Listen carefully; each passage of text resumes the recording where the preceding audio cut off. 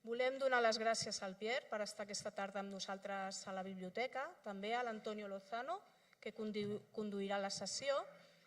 Des de Biblioteques de Barcelona, agrair també la col·laboració de l'editorial Salamandra i Bromera per fer possible actes com el d'aquesta tarda. I per últim, comentar-vos que un cop acabi la xerrada hi haurà un torn de preguntes i a continuació al vestíbul podreu comprar el llibre i demanar la signatura de l'autor. Gràcies i comencem.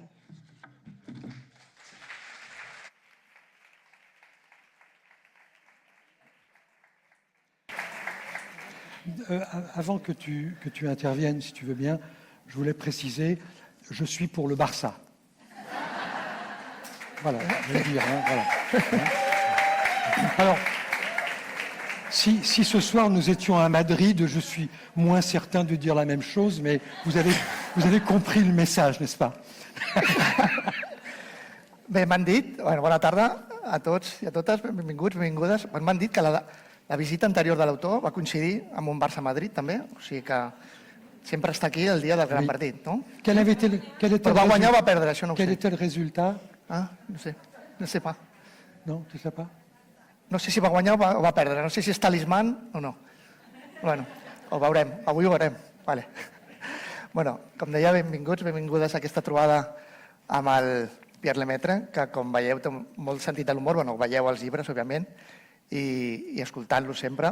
Jo la primera trobada que vaig tenir amb ell, fa ja 10 anys, molt breument, me'l van presentar després d'un acte al Centre de Cultura Contemporània de Barcelona i jo vaig voler saludar-lo com a fan i em va presentar algú del centre i va dir, bueno, aquest és l'Antonio Lozano, senyor Lemaitre, i l'Antonio és un bon periodista i tal. I el primer que va dir Lemaitre va ser, bueno, no és tan bon periodista si a mi no m'ha entrevistat. O sigui que ja va ser l'entrada, així ens vam conèixer. Després ja he tingut ocasió d'entrevistar-lo amb calma, però ja veieu molt sentit de l'humor. I bé, ens trobem aquí per la presentació de Les velles promeses, de Bromera, Grandes promeses a Salamandra, aquest gran fresc històric, social, familiar i impressionant del Lemaitre, en plenes facultats creatives. Oui, je suis d'accord. Sí, està d'acord? Oui, ja?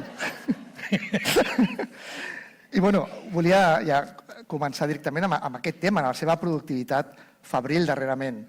Jo, si no tinc malament els càlculs, en 13 anys... Bueno, abans d'això, perdó, volia preguntar-li una cosa. Ara anirem a la literatura. Ha pogut veure el mar de Barcelona? Perquè en una entrevista avui a La Vanguardia deia que havia vingut molt a Barcelona, però no havia pogut veure encara el mar. Llavors em pregunto si ha pogut veure el mar al fi? Oui. Non, pas encore. Ça va dépendre de l'issue du match. Si le Barça remonte la remontada, alors j'irai voir la mer. Sí. Ok. Vale. Doncs ara ja passem a temes més literaris. Jo, si he fet bé el càlcul, en 13 anys, des del 2013 al 26, ha publicat 9 novel·les, o sigui, la trilogia Els fills del desastre, Los hijos del desastre, la tetralogia aquesta, Els anys gloriosos, perdó, 2 novel·les independents, La gran serp, La gran serpiente, 3 dies i una vida. Jo sé que va arribar tard a publicar llibres, va escriure des dels 20 i poc, però va arribar a publicar... La seva primera novel·la ja tenia 55 anys, no?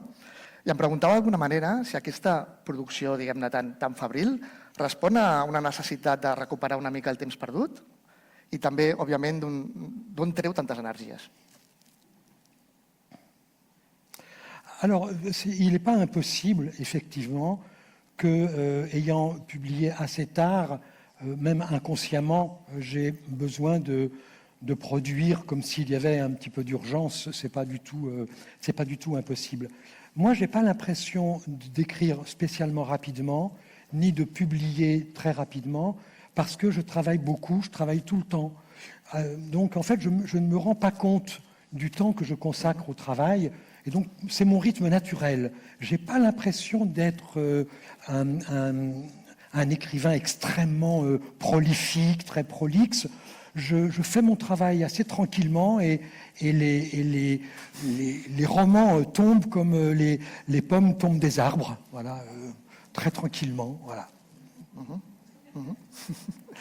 C'est une métaphore, n'est-ce pas? Ah, sí? Ah, vale. Merci beaucoup. Merci. Suposo que el cantó bo d'haver començat a publicar tan tard és que ja tenia un bagatge d'experiències que van fer que les seves primeres novel·les ja fossin força madures, no? Sí? Oui, alors ça, je souscris à cette hypothèse. L'avantage de publier assez tard, c'est qu'on publie son premier livre avec une certaine maturité. Enfin, je ne sais pas comment ça se passe ici en Espagne, mais en France, on dit souvent que le premier roman est un roman souvent très psychologique, comme si un jeune auteur, en publiant son premier roman, ou une jeune autrice, avait besoin en quelque sorte de se libérer de beaucoup de choses avant de commencer à faire son œuvre majeure. Alors sur ce plan-là, je peux dire, je n'ai jamais écrit le premier roman, j'ai directement écrit le deuxième, c'est ce qui m'a permis de gagner du temps également. I sí que ha comentat en moltes entrevistes que vostè, per haver crescut en una família humil, de no massa recursos, quasi mitja baixa, no estava destinat a ser escriptor. Jo em pregunto si d'alguna manera, i també, a banda d'això, el seu primer manuscrit va ser rebutjat per com 22 editorials i tal. D'alguna manera, això genera, i entenguin bé, un cert ressentiment de classe o ganes de venjança que alimenta també les ganes d'escriure i que és una empenta? Alors, vous avez raison, c'est que la question de la vengeance et de la rancune fait partie j'ai envie de dire, des traits communs à beaucoup de mes livres. En fait, un romancier, ce n'est pas quelqu'un qui a énormément de choses à dire, et parmi les quelques choses que j'ai à dire, je crois qu'il y a quelque chose du côté de la revanche et de la rancune, de la vengeance. Et je crois effectivement que, étant originaire d'un milieu assez modeste, un milieu ouvrier, dans lequel l'idée d'être un écrivain n'était pas une idée naturelle. Je faisais partie d'un milieu social dans lequel on pouvait devenir acteur de cinéma, on pouvait devenir sportif de haut niveau, mais écrivain, c'était pas possible. Comme s'il y avait une espèce de sacralisation de l'écriture qui rendait le trajet impossible. Donc il est possible effectivement que ça fasse partie de mon héritage en quelque sorte, en ayant publié assez tard, d'avoir une certaine urgence et peut-être certains désirs de revanche sociale. D'une certaine manière, je suis vraiment un enfant de Pierre Bourdieu. Okay. I se'l presenta com el gran continuador o diguem-ne responsable de la resurrecció del fulletó, no? I directament aquesta darrera novel·la li dedica a Alejandro Dumas, a Víctor Hugo. Era una forma, diguem-ne, el fulletó, de reconnectar amb les lectures, diguem-ne, que més goig li van procurar durant la seva joventut i a la vegada com reivindicar un gènere que havia perdut el favor però dels escriptors, no pas dels lectors. Alors je ne sais pas si c'est important pour tous les écrivains. On n'est pas finalement, je crois, très nombreux parmi les romanciers à avoir de manière résolue, de manière volontaire, renoué avec cette très ancienne tradition du roman qui remonte bien avant le 19e siècle, qui remonte au début des narrations romanesques. Les Mille et une nuits ne sont jamais qu'un long feuilleton au cours duquel Scheherazade feuilletonne son histoire pour garder la vie sauve. Alors, on n'est pas très nombreux à avoir repris cette tradition. Alors, je ne sais pas si je ne prétends pas être le seul, mais dans le champ éditorial français, ça ne s'était pas vu depuis assez longtemps. Donc, en fait, j'ai envie de dire, la voie était libre, je n'ai pas beaucoup de mérite.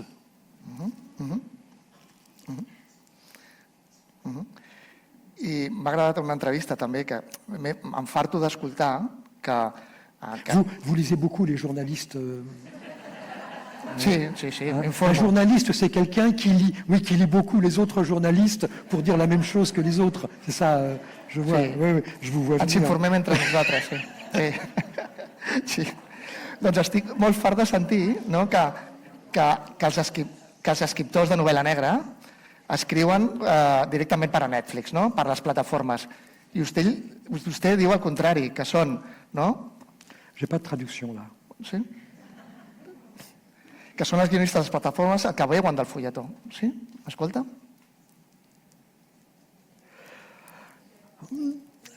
Alors, la tradition du feuilleton a été oubliée pendant très longtemps. C'était plus à la mode. On a préféré d'abord des romans psychologiques, ensuite on a fait ce qu'on appelle de l'autofiction, on a fait après de la non-fiction novel, c'est-à-dire des romans non fictionnels. Et en fait, dans ce mouvement général, le feuilleton a été très oublié.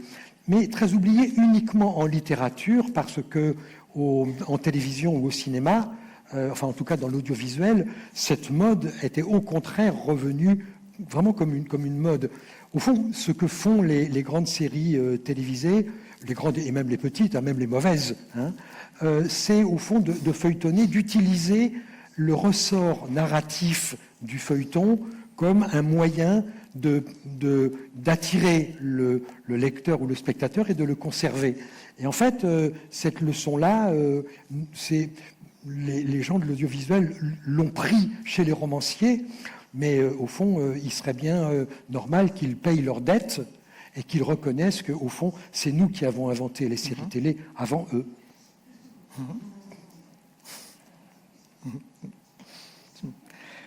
I a l'entrevista que va mantenir va comentar que vostè no pretén renovar el fulletó, sinó, diguem-ne, que actualitzar-ho, d'alguna manera portar-lo al present.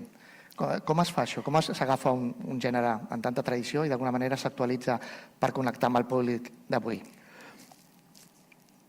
Alors, la modalité du feuilleton au XIXe siècle consiste presque toujours à achever un épisode sur un suspense, c'est-à-dire sur une action que le lecteur va attendre avec une incertitude.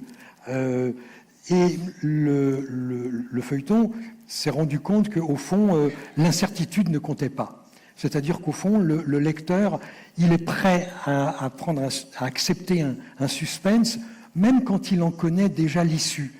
On sait bien que le héros ne va pas mourir. C'est comme si je terminais un épisode en disant « Jeanne d'Arc sera-t-elle brûlée ?» Vous voyez, ça n'aurait pas beaucoup de sens pour un spectateur. Mais le lecteur du roman feuilleton acceptait cette convention narrative. Alors pour moderniser la modalité du feuilleton, il y a plusieurs choses à faire. La première, c'est de rompre avec l'idée que systématiquement l'épisode doit se terminer sur une surprise, ou réserver une surprise. Et surtout, c'est le fait que dans le feuilleton moderne, c'est la leçon un peu du roman noir, le tissu social est entièrement mobilisé autour des personnages, ce qui crée un suspense non plus seulement autour de l'action du personnage, mais sur ce qu'il va devenir dans l'ensemble de l'histoire. On peut le prendre comme exemple avec la famille. Au fond, ce qui arrive à un des enfants Pelletier, par exemple, va forcément avoir de l'incidence sur toutes les autres lignes narratives qui concernent les autres personnages. Donc en fait, on démultiplie en quelque sorte la leçon du XIXe siècle. Quand vous êtes silencieux comme ça, je ne sais pas si vous attendez la traduction ou si vous n'aimez pas beaucoup ce que je suis en train de dire. Ça me met un peu mal à l'aise. Non. Voilà. Donc, quand vous attendez, souriez, pour que je sois encore... Ah, vale, perdó. No, les seves respostes són esplèndides. És l'únic que estic fent, faig dues coses. Intento processar el que em diu. Sobretot és això, processar el que m'està dient per pensar ja si puc repreguntar. D'acord. Vale? Però tot molt bé. Prometo somriure més. Somriure més, vale? Sí. Okay. Vale. Llavors, quines són les preguntes més importants que es formula sobre una història, sobre un projecte literari en marxa? No? Quan es troba encara en un estat embrionari i té un projecte per davant, quines són les preguntes essencials que es sol fer? Alors, je n'ai pas de théorie sur le roman. C'est-à-dire, je n'ai pas une théorie à laquelle je me réfère pour essayer de bâtir mes romans. En revanche, j'ai une certaine conception de mon métier et de ce que je dois faire. Et parmi les points les plus importants, il y a d'abord l'ampleur romanesque. Ce que j'appelle l'ampleur romanesque, c'est le fait que l'histoire que je vais raconter doit avoir une résonance beaucoup plus large que l'intrigue pure concernant les personnages. Il faut que le tissu social dans lequel s'inscrit l'histoire soit en résonance. Donc l'idée, c'est de se dire à quoi ça sert de faire un livre. Donc la première question que je me pose, c'est est-ce qu'il est utile d'écrire cette histoire-là, hein? Ensuite, l'idée, c'est que l'intrigue est secondaire par rapport à l'importance des personnages. C'est une chose qui a l'air comme ça très, très simple et même presque élémentaire, mais pas tant que ça. En fait, beaucoup de livres sont bâtis avec des intrigues qui sont très bien montées, très bien nouées, mais dans lesquelles les personnages finissent par devenir, non pas secondaires, mais ils ne sont plus au premier plan des émotions que le lecteur va ressentir. Et pour moi, une intrigue ne se construit qu'à la condition d'avoir des bons personnages. En fait, on peut ne pas avoir d'intrigue, mais il faut avoir de bons personnages. On ne peut pas faire un bon roman avec une bonne intrigue si les personnages, eux, ne sont pas à la hauteur de ce que peut attendre le lecteur et de ce que veut faire l'auteur. Llavors, entenc que la construcció del personatge és el més rellevant, no? Oui, absolument. Absolument. Ouais. I ara recordo que va dir que el fet d'haver estudiat psicologia, per això no li va suposar una ajuda excepcional en aquest sentit, no? Que va ser més l'expérience de la vida, no? De conèixer la gent. Oui. No? Ara m'ha vingut. Oui. Alors, je ne sais pas, peut-être que d'autres romanciers qui ont fait de la psychologie se sont servis de leurs connaissances en psychologie pour bâtir leur personnage. Moi, j'ai plutôt l'impression que c'est l'expérience de la vie qui me fait regarder le monde. Je ne regarde pas le monde à travers des lunettes de psychologue. Je regarde le monde comme tout le monde. Je crois que je suis un lecteur ordinaire. Je suis un lecteur qui écrit des livres. I ara que hem parlat de personatge, hem parlat d'intriga, m'ha vingut a la memòria aquesta frase de Raymond Chandler, el seu editor, que ell deia que les novel·les negres, i vostè que ha estat escriptor de novel·la negra, que al final la novel·la negra, les trames s'obliden, i ell deia que el que queda és l'estil. Jo no sé què pensa vostè de l'estil. L'estil també és troncal, diguem-ne, molt important. Alors, je ne crois pas du tout au style. Je ne crois pas du tout au style.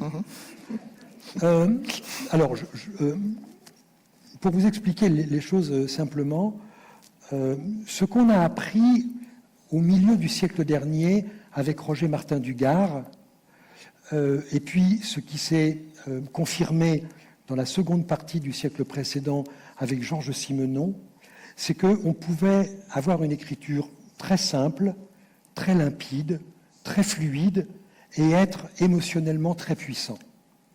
Et ça, c'est une leçon que j'ai retenue, et je ne crois pas au style, je crois au souffle romanesque. Ce que j'appelle le souffle, ça n'est pas simplement le style au sens de faire des jolies phrases. Ce qui me gêne dans l'idée du style, c'est qu'au fond, on a l'air de considérer que la joliesse, la beauté de la phrase va avoir de l'importance pour raconter une histoire. Et moi, je ne crois pas du tout à ça. Un écrivain très célèbre français qui s'appelait Colette a rencontré le jeune Georges Simenon et lui a dit « Jeune homme, surtout, pas de littérature ». Qu'est-ce qu'elle voulait dire? Elle voulait dire « N'essayez pas d'écrire bien, n'essayez pas de surécrire, n'essayez pas de faire des jolies phrases, essayez d'être émotionnellement pertinent, essayez d'être puissant émotionnellement ». Et c'est ce que j'appelle le souffle romanesque. Je crois davantage à la question de la rythmique. Je crois que la cadence à laquelle on raconte une histoire, je crois au rythme dans lequel on raconte une histoire, je crois à la capacité que vous pouvez avoir d'émouvoir le lecteur avec des moyens très simples. Ça n'est pas en faisant des jolies phrases Vous voyez, je ne partage pas du tout cette idée de Chandler, qui était aussi une idée qu'avait Céline, le romancier français, qui disait « Je ne suis pas un homme à idées, je suis un homme à style ». Et alors, moi, je ne suis ni un homme à idées, ni un homme à style. Je suis un homme du roman, le roman étant une capacité que vous avez, en racontant une histoire, de percuter émotionnellement un lecteur ou une lectrice. C'est ça mon travail, et donc j'essaye d'écrire simplement, d'être parfaitement lisible, et j'essaye de faire très bien des choses très simples. Souriez. Molt bé, sí, perfecte.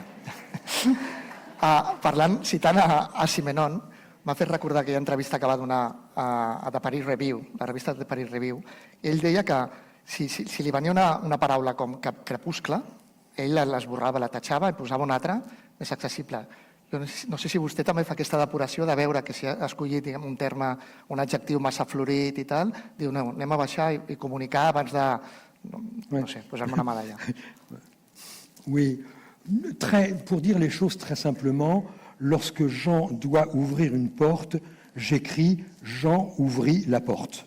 Vous voyez, c'est la base. Il y a un grand journaliste qui allait après devenir un homme politique et qui s'appelait Clémenceau, lorsqu'il était directeur de journal, disait à ces jeunes journalistes « Bien, mon garçon, un verbe, un sujet, un complément, et si tu veux ajouter un adjectif, tu viens me voir dans mon bureau ». Molt bé. Potser podríem incidir una mica més en la seva metodologia de treball. Ha afirmat que és una persona molt organitzada, molt estructurada, fins i tot una mica neuròtica, que és el que li permet dissenyar a llarg plaç. I això també explica en part que hagi tingut aquestes trilogies, de trilogia, aquests projectes tan faraònics, diguem-ne. Parli'ns una mica més d'això, de la metodologia de treball. Oui, alors, en fait, moi, ce qui me frappe beaucoup, c'est que, comment le dire, nos cerveaux se conforment à l'époque. Je lisais par exemple que les jeunes gens ont aujourd'hui des durées de concentration plus faibles que la génération précédente, parce qu'eux, ils ont l'habitude d'avoir des informations plus brèves, et en fait, le cerveau se formate en fonction de l'époque. Essayons d'imaginer ce qu'était le cerveau de quelqu'un comme Benito Pérez-Galdós ou comme Zola. C'est des gens qui n'avaient pas d'ordinateur, ou très peu d'ordinateur, du temps de Zola. Si, très peu. Hein. Il n'y avait pas beaucoup de réseaux sociaux, très peu. Et en fait, voilà des hommes qui étaient capables de concevoir des machines romanesques extraordinairement complexes. Alors, moi, je suis un homme de ma génération, c'est-à-dire j'ai une durée de concentration encore assez bonne, je ne suis pas encore contaminé par les réseaux sociaux, mais je n'ai pas la capacité qu'avaient nos ancêtres du 19e siècle d'imaginer des très grandes machines romanesques sans y consacrer beaucoup de temps et donc beaucoup de structure. En fait, je suis obligé de préparer beaucoup. Je ne voudrais pas avoir l'air prétentieux. Non. Mais si on dépliait un de mes romans, on se rendrait compte qu'il y a énormément d'événements, énormément d'éléments. Beaucoup d'éléments. Pour vous donner un ordre d'idée, j'ai écrit des romans qui font à peu près 500 pages et j'ai à chaque fois 600 pages de notes. Donc il y a énormément de choses dans mes livres. Ce que j'essaye de faire, c'est de les rendre parfaitement lisibles et que malgré qu'il y ait un fourmillement de choses et de personnages, tout ça soit lisible. C'est le débat que nous avions sur la question précédente. Mais pour arriver à cette lisibilité, il faut beaucoup de préparation. On a très vite fait d'être complexe, d'être compliqué, d'être sophistiqué, et si on se laisse aller, on devient vite incompréhensible. Donc en fait, il faut en permanence, plus vous enrichissez votre roman et plus vous avez le besoin d'être structuré pour simplifier. És completament aliè a les xarxes socials? No té Twitter ni... No. Res de res? No. Curiositat. No. Només curiositat. No. Digui'm, ho ha respost a això 1000 vegades, però bueno, és interessant tornar-hi. Què es va proposar? Quins van ser, diguem-ne, els objectius prioritaris darrere d'aquest enorme fresc dedicat a la família Pelletier? I no sé també si aprofito, si durant el procés d'escriptura, durant el work in progress, diguem-ne, això es va alterar, es va ramificar molt les línies mestres inicials o no? Alors, l'idée du départ est restée la même. Je suis maintenant, j'ai effacé plus de la moitié de mon projet, puisque le projet devrait faire une dizaine de romans et que j'en ai déjà publié 7. Mais l'idée d'origine, l'idée de départ n'a pas beaucoup changé. Cette idée, c'était sûrement pas de raconter le siècle. Ça, c'est ce que peuvent faire soit des gens qui font du roman historique, ce que je ne fais pas, soit des historiens. Ceux qui peuvent nous raconter le XXe siècle, ce sont ceux qui sont avant tout des historiens. Moi, je suis un romancier, donc mon idée de départ, c'était de proposer une sorte de photographie de ce siècle. Et donc, alors photographie sous la forme d'un feuilleton, d'une dizaine de livres qui vont, au fond, égrener ce siècle comme un collier de perles, hein, et de donner, au fond, avoir une sorte de puzzle dont chaque livre serait une pièce et qui, lorsque le puzzle serait terminé, proposerait une sorte de photographie du siècle qui est simplement la photographie de quelqu'un qui a vécu la moitié de ce siècle. Au fond, je suis pour moitié un homme du XXe siècle et au fond, l'idée que je me fais du siècle est une idée parcellaire. Je n'en ai vu que la moitié. L'autre, je la connais pour l'avoir lu ou pour l'avoir vu au cinéma, mais je ne l'ai pas vécu. Et donc, qu'est-ce que c'est que le XXe siècle par quelqu'un qui est né au milieu de ce siècle? Et voilà la photo que je me propose de dresser avec ce puzzle romanesque. I no és un novel·lista històric, però les seves novel·les estan ambientades en períodes històrics determinats, no? I ha declarat que sent una mena de responsabilitat moral cap a la veritat històrica. En què consisteix aquesta responsabilitat dins un vehicle de ficció com és una novel·la? I no sé si es pot posar algun exemple lligat a les velles promeses. Oui, dans le cas des belles promesses, ce serait peut-être plus parlant avec un roman plus ancien. Je crois que ce serait peut-être une illustration plus claire de ce que je veux dire.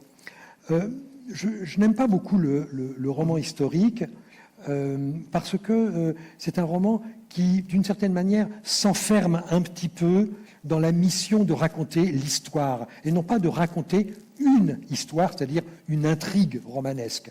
Donc j'essaye de m'éloigner de ce modèle du roman historique, dans lequel souvent se mêlent des personnages de fiction avec des personnages de la réalité. Hein. Moi, je n'ai jamais de personnage de la réalité. J'ai fait une courte exception pour Adolf Hitler dans un de mes livres qui apparaît, mais c'était uniquement pour le rendre ridicule. Mais donc, en fait, le roman historique n'est pas quelque chose que j'aime beaucoup. Donc, moi, mon travail, c'est de donner une idée de ce qu'est le siècle et de ne pas trop me soucier de la vérité historique. Mais ça pose une vraie question. C'est si je m'affranchis complètement de la vérité historique, si j'estime que finalement la vérité est une option parmi d'autres et que je peux raconter une histoire qui serait fausse, mais de la raconter comme si elle était vraie et d'être convaincant, persuasif. Là, je me pose devant un vrai problème. Sur un roman, par exemple, qui se passe pendant la Seconde Guerre mondiale, je pourrais, à ce moment-là, faire un livre dans lequel on raconterait que les camps d'extermination n'ont pas existé. Je pourrais être libre de dire à peu près n'importe quoi, ce qui serait inconciliable avec ce que je suis. Donc ça veut dire que je me libère de la vérité historique et que quand même, je ressens bien qu'il y a quelque part un curseur moral que je dois être capable de fixer. Et donc, mon curseur moral, il est de faire en sorte que je ne tords pas la vérité historique. Je ne sers pas, mon travail ne consiste pas à servir la vérité historique, mais il ne consiste pas non plus à la tordre. Et je vais prendre un exemple plus parlant. Imaginons que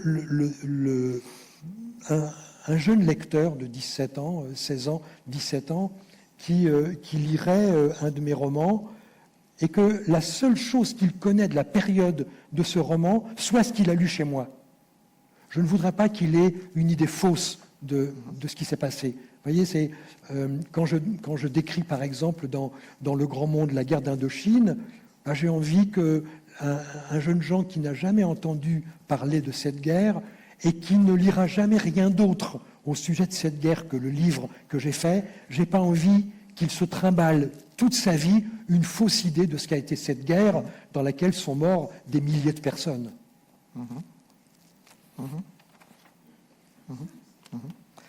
Anem a tocar alguns dels temes de les velles promeses, grandes promeses. En la nostra trobada anterior jo li vaig insistir molt que tornés a la novel·la negra i em va dir que no tornaré, però ja veig que almenys aquí, a les velles promeses, almenys hi ha una subtrama criminal. D'alguna manera torna a l'àmbit policíac, d'una forma, una de les branques.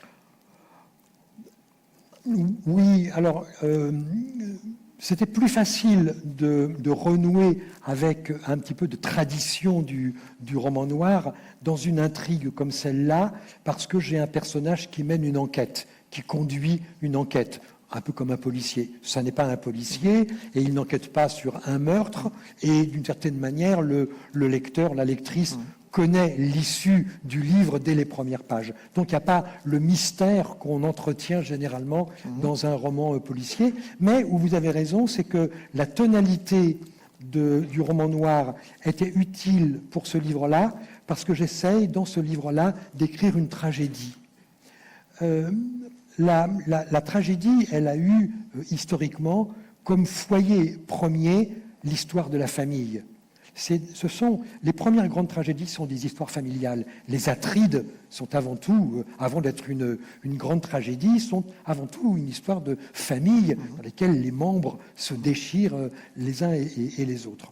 Et à partir du moment où j'ai envisagé dans ce roman d'écrire l'enquête d'un frère sur son propre frère, je m'inscrivais dans une dynamique qui était celle de la tragédie. Et le roman noir va très bien avec la tragédie. C'est certainement le type de roman qui, au XXe siècle notamment, et au XXIe poursuit cette ligne, qui est le plus à même de montrer les grandes tragédies de l'histoire. Le roman noir est fondamentalement le roman de la tragédie. Donc en fait, j'avais beaucoup de raisons de donner une impulsion un peu de roman noir à cette histoire tragique, enfin tragicomique. I un incís més sobre la novel·la negra. Quan la gent diu que la novel·la negra és la nova novel·la social, que això es repeteix molt, sobretot entre els escriptors que fan novel·la negra, vostè hi està d'acord que és el gènere que permet més tocar tots els problemes socials i... Sí? Està d'acord amb aquesta teoria? Alors, je suis d'accord avec cette théorie. Le roman noir n'est pas la seule modalité romanesque à pouvoir raconter le monde social. On peut très bien le faire avec des romans populistes et même avec des romans psychologiques ou des romans historiques. Mais le roman noir a ce site particulier, c'est qu'on y voit, dans la mesure où il y a d'abord dans le nœud, dans le cœur du roman noir, une affaire criminelle, on est tout de suite dans un roman dans lequel les passions vont être chauffées à blanc, les passions vont se déchaîner. Et rien n'est plus pratique comme miroir de la tragédie sociale que le roman noir qui est habitué à manipuler, au fond, un fond de tragédie. Donc en fait, il est mieux équipé, pourrait-on dire, que les autres types de romans pour parler du drame social, voire de la tragédie sociale. Un altre tema important a la novel·la és aquesta obra faraònica, que és la construcció del bulevard perifèric de París. Què li interessava d'aquest gran projecte? Què volia mostrar darrere d'aquesta gran obra a París? Alors, le boulevard périphérique est bâti en une dizaine d'années au cours des années 60. Et à l'époque, c'est un rêve. C'est un rêve, on rêve au fond d'une sorte d'autoroute presque idéale, un cercle dans lequel on peut tourner quasiment éternellement et qu'on peut même emprunter en partie pour rejoindre le nord du pays au sud. On peut partir du nord de la France, contourner Paris grâce à ce périphérique et continuer sa route jusqu'à Marseille. Une espèce de rêve qui ne sert à rien ni à personne, mais ce rêve, au fond, aujourd'hui, nous l'interprétons comme un fantasme. Ce qui était un rêve, c'était, au fond, un rêve de progrès, une illusion de liberté, de mobilité, d'indépendance. On rêvait d'être, au fond, au volant d'une voiture, au volant de sa vie, et que notre vie conduite comme une voiture pouvait se libérer de toutes les contraintes sociales et même urbaines. Et aujourd'hui, avec le recul que nous avons, nous voyons bien que ce rêve était en fait un fantasme, c'est-à-dire un rêve qui anticipait sur un progrès qui s'est avéré une défaite, sur un progrès qui s'est révélé une tragédie. Donc en fait, je parle de fantasme parce que, au fond, ce dont rêvaient les gens des années 60, c'était un progrès qui, comme le périphérique serait éternel, tournerait sur lui-même de manière fluide et éternelle, élégante, et qu'au fond, ça nous conduirait, vous voyez, à une espèce de spirale vers un avenir radieux. Hein. Et en fait, on s'est rendu compte qu'évidemment, la voiture nous amenait bien plus de difficultés qu'on ne l'avait imaginé. Et au fond, les gens des années 60 étaient des adolescents. Des adolescents parce qu'ils vivaient, comme les adolescents, une période où on pouvait jouir de ses rêves sans aucun souci des conséquences. Sauf qu'aujourd'hui, nous savons que le rêve était un fantasme parce que les conséquences sont devenues notre quotidien. C'est la catastrophe écologique devant laquelle nous nous trouvons, qui a été fabriquée notamment par le rêve des adolescents qui étaient les adultes des années 60. C'est beau ce que j'ai dit là. Hein? Què diu? Preciós. C'était bien, hein? Que joli. Ah, oui. També ens porta al món rural, d'acord? Hi ha una lluita entre una petita cooperativa agrícola que intenta ser una cooperativa, constituir-se una cooperativa agrícola contra la Federació Lletera. Què li interessava també d'aquest món? Al final és la lluita del pobre o del petit contra el gran i el poderós, un tema, no? David versus Goliath, qui a tocat ja diversos punts. Oui, tout à fait. Tout à fait. Ça, c'est un ressort romanesque qui est toujours assez fécond pour un roman, d'avoir une lutte entre des forces qui sont disproportionnées, bien sûr. Ce qui m'intéressait, c'est que ces années-là sont, en France, un tournant important vers l'élevage et l'agriculture intensive.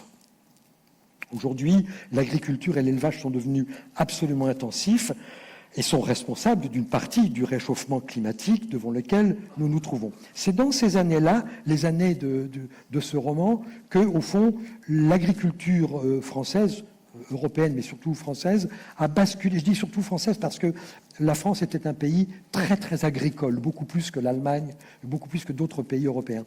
Et donc, cette agriculture était une agriculture essentiellement familiale, et c'est dans ces années-là que l'agriculture intensive va manger petit à petit les fermes familiales, va s'intensifier et qu'au détriment des familles qui vont être chassées de leur monde rural dans lequel ils ont vécu et dans lequel ils travaillaient, au profit d'une agriculture intensive. Et je le fais avec une famille espagnole parce que c'est ce qui me permet d'interroger un petit peu ces années-là sur la question de l'immigration. La France est un pays qui a connu beaucoup de vagues d'immigration, immigration polonaise, portugaise, espagnole, italienne. On a eu des vagues successives d'immigration.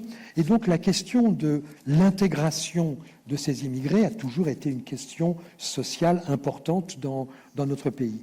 Notre pays, s'est bâti grâce à l'immigration. C'est bâti grâce à l'immigration, comme les États-Unis. C'est-à-dire que nos pays modernes et les pays occidentaux sont des pays qui doivent tout à l'immigration. Chez nous, aujourd'hui, un Français sur deux a un ancêtre qui n'était pas français. 1 sur 2, et peut-être même 2 sur 3. Donc, en fait, notre pays doit beaucoup à l'immigration. Et cette immigration a toujours été compliquée.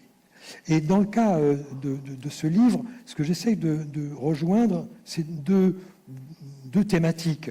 La thématique de l'immigration, qui va être la difficulté devant laquelle va se trouver le jeune Manuel, qui est un jeune Français de la seconde génération. C'est son père qui est arrivé d'Espagne, mais lui est français. Et malgré tout, il n'est pas un Français à part entière.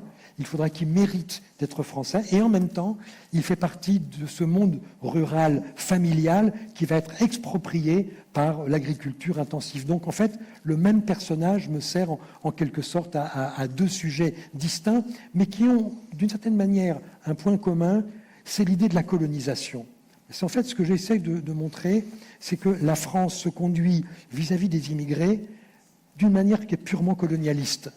C'est-à-dire que même Manuel, qui est un jeune Français, subit finalement une société, les traits d'une société éminemment coloniale, qui n'est plus simplement coloniale vis-à-vis des pays qu'elle a colonisés, mais vis-à-vis de la population en France qui vient des pays qui n'ont pas été colonisés par eux. I a banda d'assumptes molt serios, també té molt de sentit a l'humor la novel·la. Per exemple, també parla de la premsa sensacionalista. Hi ha aquesta baralla de titulars molt exagerats entre Presse Hebdo i Echo de la France. I ha declarat que això de les fake news és una cosa molt vella. Sembla que posem una nova etiqueta, un anglicisme, i sigui una cosa molt moderna, però que això ja ho feia la premsa groga als anys 50, fins i tot abans, no? Oui, alors en fait, ça commence à exister dans ces années-là. En fait, il y a toujours eu des journaux à sensation, des journaux qui veulent avant tout faire de l'effet et qui n'ont pas le but d'informer, mais de vendre des journaux avec les histoires les plus appétissantes, les plus alléchantes possibles. Mais dans ces années-là, et ça c'est une chose dont je me souviens bien, naissaient des très grands journaux à très grand tirage, c'est-à-dire qui vendaient énormément d'exemplaires et qui étaient des journaux qui, contrairement aux prédécesseurs qui grossissaient des faits existants, cela s'affranchissait complètement de toute vérité. C'est-à-dire qu'en fait, la rupture, c'est que les journaux à sensation qui les ont précédés, globalement, avant la Seconde Guerre mondiale, prenaient appui sur la vérité et la déformaient pour faire de la sensation. Mais à partir de la Seconde Guerre mondiale, les journaux vont dire que même la vérité, ils n'en avaient plus besoin, c'était plus nécessaire. Au fond, la vérité devient une des options possibles du réel, mais au fond, pas plus nécessaire qu'une autre. Et c'était intéressant de voir que ça naît dans ces années-là, dans les années 60, et on voit aujourd'hui que c'est devenu un mal qui est en train de nous absorber en grande partie, et qui même a des conséquences absolument tragiques, comme l'élection de Donald Trump. Sí. I també la novel·la té una part molt sensual, quan hi descriu el desig de l'adolescent Philippe per la seva tia Thérèse. Això li va costar molt, perquè sempre diuen que les escenes de sexe són les més difícils. No sé si està d'acord o no. En aquest cas, més que el sexe és el desig, perdó, és el desig, la sensualitat, no hi ha sexe purament, però bueno. Oui, alors en fait c'est vrai qu'il y a dans ce livre une paire de fesses féminines qui occupe pas mal notre personnage Philippe, qui est effectivement très soucieux de cette question. Alors, sachez,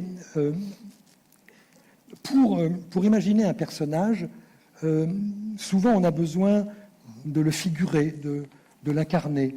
Et c'est pas rare du tout que je mette en face de moi sur le mur le visage de gens qui n'ont pas d'importance pour ce qu'ils sont, mais qui ont, j'ai envie de dire, la tête de l'emploi, c'est-à-dire, je peux me dire, tiens, voilà, c'est à peu près comme ça que je vois mon personnage de Philippe, le personnage de Jean, le personnage de François ou d'Hélène ou de Geneviève. Donc j'ai besoin de voir un visage qui me permet d'incarner en quelque sorte le personnage.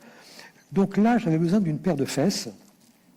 Et donc là, la question était plus difficile à résoudre. Vous voyez, lesquelles prendre, lesquelles choisir. Alors, je ne voulais pas non plus prendre des fesses trop proches de moi. Je ne voulais pas être discourtois avec des gens que je connais. Et donc, j'ai cherché dans l'histoire où je pourrais recruter une paire de fesses assez aimable pour...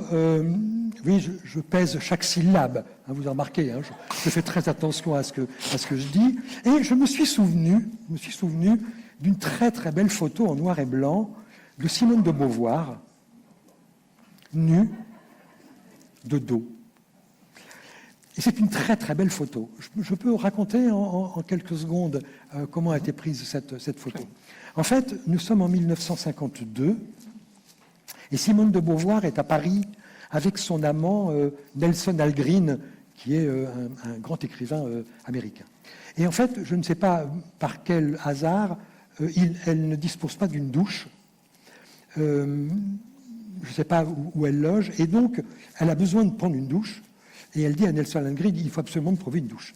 Alors Nelson appelle un de ses amis qui habitait Paris, qui est photographe, qui s'appelle Art Shea, et lui dit, est-ce que tu as un appartement avec une douche pour Simone aimerait prendre une douche? Elle dit, bah oui, j'en ai trouvé un. Donc en fait, les voilà arrivés dans un appartement, et Simone de Beauvoir entre dans la douche. Donc elle ouvre la porte, elle se déshabille, elle prend sa douche, et elle quitte la douche pour aller devant le lavabo, et elle est donc face au lavabo pour terminer sa toilette, et notre photographe est juste derrière, la porte est ouverte.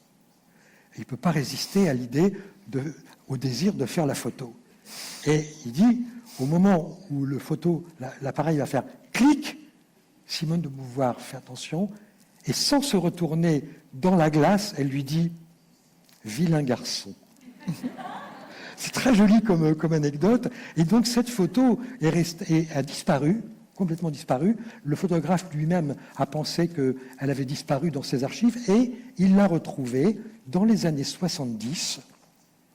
Et elle a même fait l'objet d'une une d'un célèbre magazine français qui s'appelle Le Nouvel Observateur, qui faisait un numéro sur Simone de Beauvoir et qui a appelé son numéro Simone de Beauvoir la scandaleuse, avec cette magnifique photo de Simone de Beauvoir nue. Et donc, quand j'ai eu besoin d'essayer de comprendre quel spectacle pouvait voir le petit personnage de Philippe, j'ai choisi cette photo et je rends hommage, bien sûr, dans les remerciements à Simone de Beauvoir. Mais cette fois-ci, non pas pour les citations. I és un comentari recurrent entre els escriptors, que se li apropa a la gent dient-li aquest personatge està basat en mi, no? Això és directament soc jo. Suposo que aquest problema no l'ha tingut. Ningú li ha vingut dient que són les seves natxes, no? Cap dona li ha vingut en aquest moment. Non, personne n'a réclamé la maternité des fesses. Personne. Ok, perfecte. À ce jour. À ce jour. Vale. Ara una pregunta més sèria, després faré una més de broma. Diuen, hi ha aquesta frase, aquest dit, que és que la història no repeteix, sinó que rima, no? Fins a quin punt escriure aquests cicles literaris li han obert els ulls a les, diguem-ne, concomitàncies entre el passat i el present?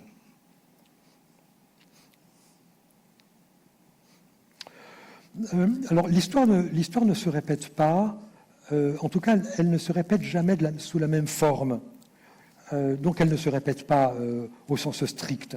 Mais c'est vrai que quand on écrit sur les années 60, on ne peut pas s'empêcher de voir qu'il y a, en tout cas, au moins des résonances avec aujourd'hui. On a parlé tout à l'heure du journalisme et des fake news, on parle du drame des familles agricoles. Aujourd'hui, les agriculteurs français sont dans une très grande difficulté face à l'agriculture intensive. Donc, je ne pense pas qu'elle se répète sous la même forme. Je ne pense pas que les causes soient les mêmes et donc les conséquences ne sont pas les mêmes. Mais on peut quand même être frappé, vous avez tout à fait raison, frappé par des résonances, de se demander, au fond, on a l'impression que c'est le même événement et ça nous fait réfléchir à quelles sont les différences avec les événements qu'on a connus auparavant. Au fond, qu'est-ce qui faisait le malheur des agriculteurs dans les années 60 nous oblige à regarder avec un peu plus d'attention et de compassion ce qui peut faire le malheur aujourd'hui des agriculteurs français. I ara una de més divertida, que és que els animals tornen a tenir un paper destacat. No? A les Velles Promeses hi torna el gat Joseph, torna a fer de les seves, també pateix molt, pobre, i també hi trobem un porc senglar, igual que teníem a la Gran Serp teníem un gos. Què li atrau literàriament dels aliments, que els fa amb molt sentit de l'humor?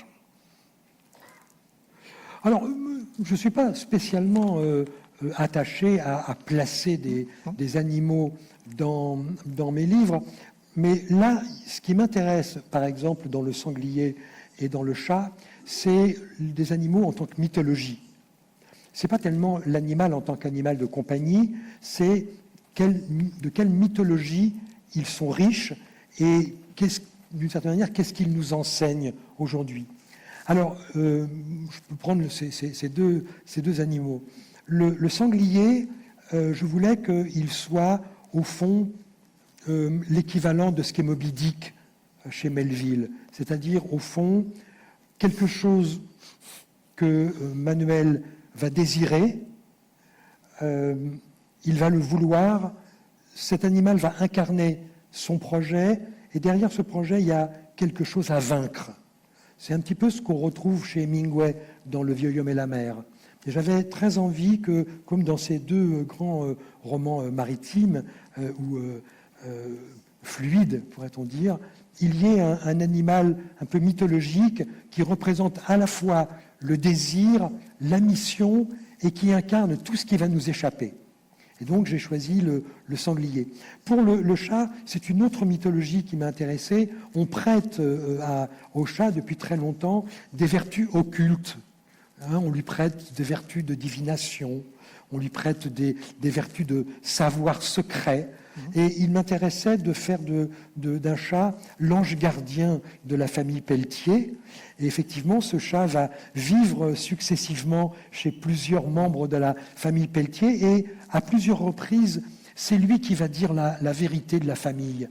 Par exemple, à la mort de Louis Pelletier, c'est le chat qui, en montant sur le lit, va dire que le moment est arrivé.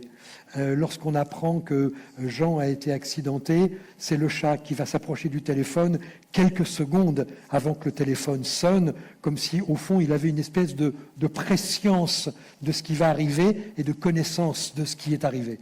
Et donc, je joue plutôt avec les animaux en termes de mythologie, c'est-à-dire en termes de qu'est-ce qu'ils nous enseignent, qu'est-ce qu'ils ont comme signification par rapport à nos névroses, nos attentes, nos rêves ou nos fantasmes. I estem ja cap al final de l'acte, però tenim potser temps per un parell de preguntes. L'apuntadora em diuen que sí. Un parell o 3 de preguntes màxim, depèn de quan ens extenem. Nous ne prendrons naturellement que des questions intéressantes. Per aquí hi ha una pregunta. Hola, bona tarda.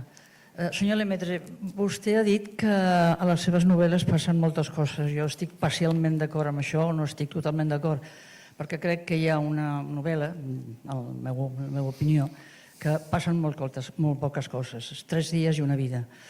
Hi ha un fet bàsic a les primeres pàgines, hi ha una mort, no descobreixo absolutament res, però després el reste de la novel·la l'únic que passa és la vida. Aquesta novel·la a mi em va sorprendre i considero que és una de les novel·les que he llegit que més aconsegueix atrapar l'interès del lector, des de les primeres pàgines fins al final. A més, amb un final que sorprèn i que no enganya, que aquest és el més interès d'aquestes novel·les. Vull dir, el lector o la lectora pensa, ostres, no me'n vaig adonar, és veritat, té raó. Aquest final, aquest tractament, es reflecteix també a altres novel·les, com El vestido de novia, com Camille, etc. Ja sé que vostè ha dit que d'aquestes novel·les d'intriga no tornarà a escriure, però ja que està a Barcelona i ja que suposem que avui, o demà, veurà el mar, potser canviarà d'opinió. I si li podem demanar, o tenim l'esperança que aquestes novel·les d'intriga les tornarà a escriure. Gràcies. Bon, c'est très bien. Vous avez mis la barre très haut, la qualité des questions, donc merci beaucoup. Alors, deux choses à dire. 3 jours et une vie, je ne le compare pas, je ne le mets pas tout à fait sur le même plan que la suite romanesque que je consacre au XXe siècle. C'est un court roman noir, et donc c'est un roman dont, par définition, vous avez raison, il y a beaucoup moins d'éléments que dans une fresque historique où il y a beaucoup de choses. Donc vous avez tout à fait raison, souvent un roman noir n'a besoin, et au contraire, a besoin d'une ligne fine, et j'ai envie de dire, plus le prétexte est ténu, plus l'intrigue est minimum, et plus le roman noir a de chances d'avoir de l'impact et d'avoir de la puissance émotionnelle. Vous avez tout à fait raison. Alors, je ne sais pas si je verrai la mer très prochainement. Ça va dépendre beaucoup de l'issue du match de ce soir. Mais je vous dirai demain si je renouerai un jour avec le roman noir. Je vous promets. Si nous nous voyons demain, je vous répondrai. Merci de votre question. Merci, madame. Alguna pregunta més per aquí?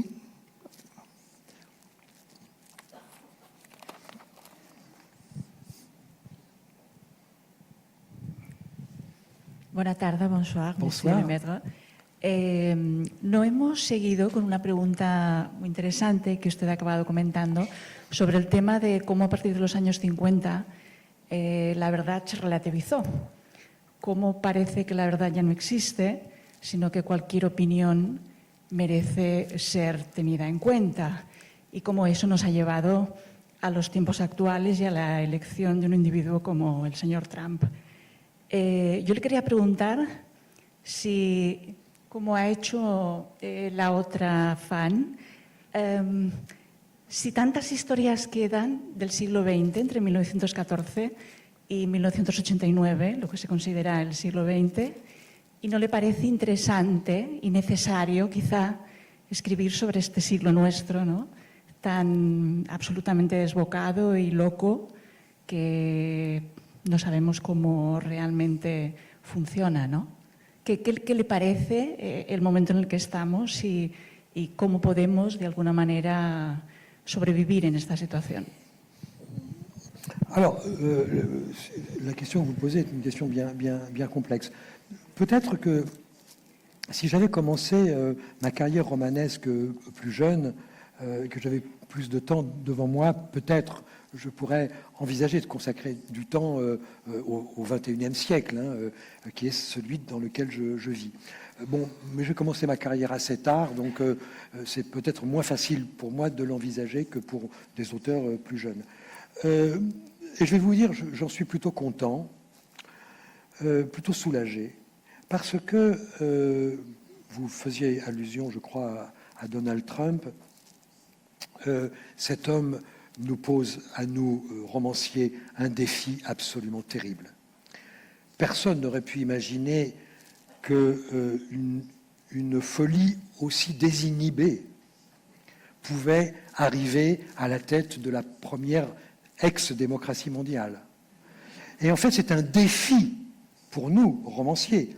Aucun de mes confrères, ni moi-même, n'aurions eu l'idée d'inventer un personnage comme celui-là. Il faut pour ça remonter à Arthur Howey et Bertolt Brecht ou au Père Ubu de Alfred Jarry. Il faut aller vers des personnages absolument monstrueux, et très peu de romanciers ont eu la prescience de ça. Donc en fait, Trump, pour nous, est un rival. Voyez-vous, je considère que Trump est un espèce de romancier fou qui écrit une histoire réelle, pour le coup, à base de mensonges. En fait, il fait vraiment exactement notre travail. Nous, qu'est-ce que nous faisons? Nous prenons des mensonges, c'est-à-dire de la fiction, et nous essayons de faire des romans qui ont la force de la réalité pour le lecteur et la lectrice. Et qu'on a l'impression, au fond, de voir des personnages réels dans des personnages qui, avant tout, sont des personnages de fiction. Eh bien, il fait le même métier que nous. Mais évidemment, les conséquences sont infiniment plus tragiques dans son cas que dans le nôtre. Una darrera pregunta, Maria. Attendez, Sí. le micro arrive. Millor esperar, sí. Monsieur le maître, bonjour. En français dans le texte. Alors, si vous deviez écrire un roman sur Donald Trump, quel titre lui donneriez-vous?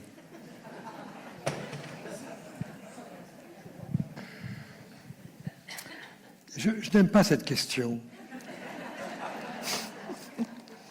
J'avais demandé des questions intéressantes. Hein. Non, enfin, vous voyez, je déteste les questions auxquelles je n'ai pas de réponse. Non, votre question est très astucieuse, elle me prend au dépourvu. Et je veux dire, non, je trouve que la question est en fait bigrement intéressante. Pourquoi j'hésite beaucoup à trouver un titre? D'abord, c'est parce que je ne suis pas très doué pour trouver les titres et que j'ai souvent besoin de mon éditeur pour m'aider à trouver un bon titre. Donc c'est un domaine dans lequel je ne brille pas spécialement. Vous voyez, bon. Donc là, vous me posez une colle qui est pour moi encore plus difficile que pour quelqu'un d'autre. Et puis la deuxième chose, c'est que il n'est qu'au début de sa carrière, Trump. Vous voyez? Ça fait peur, hein? Ça fait très très peur. Et donc là, en fait, pour trouver un titre, il faudrait connaître la suite, voire la fin de l'histoire. Vous voyez? Et il n'y a aucun doute qu'il faudra un titre tragique, mais lequel, je ne sais pas. Bé, hem d'acabar. Abans d'acabar, el senyor Lemaitre volia dir unes paraules, veritat? Oui, je voulais remercier d'abord, vous remercier de votre venue ici, et je voulais remercier notamment mes traducteurs qui, pour mon éditeur Bromera, a été Nouria Bosquets-Molist, et pour Salamandra, pour la traduction espagnole, qui a été José Antonio Soriano Morlo. Alors, Mario. Donc, je voulais les remercier parce que sans ces intermédiaires-là et sans leur travail auprès des éditeurs, nous ne pourrions pas, nous, écrivains étrangers, écrire pour vous. Et sans Emma Soler, qui est notre interprète ce soir, nous n'aurions pu discuter ensemble. Donc, merci à eux trois, interprètes et traducteurs. Et merci à vous d'être venus à ma rencontre. Merci beaucoup, mon ami. Merci à toi. Merci à toi. Merci beaucoup. Merci.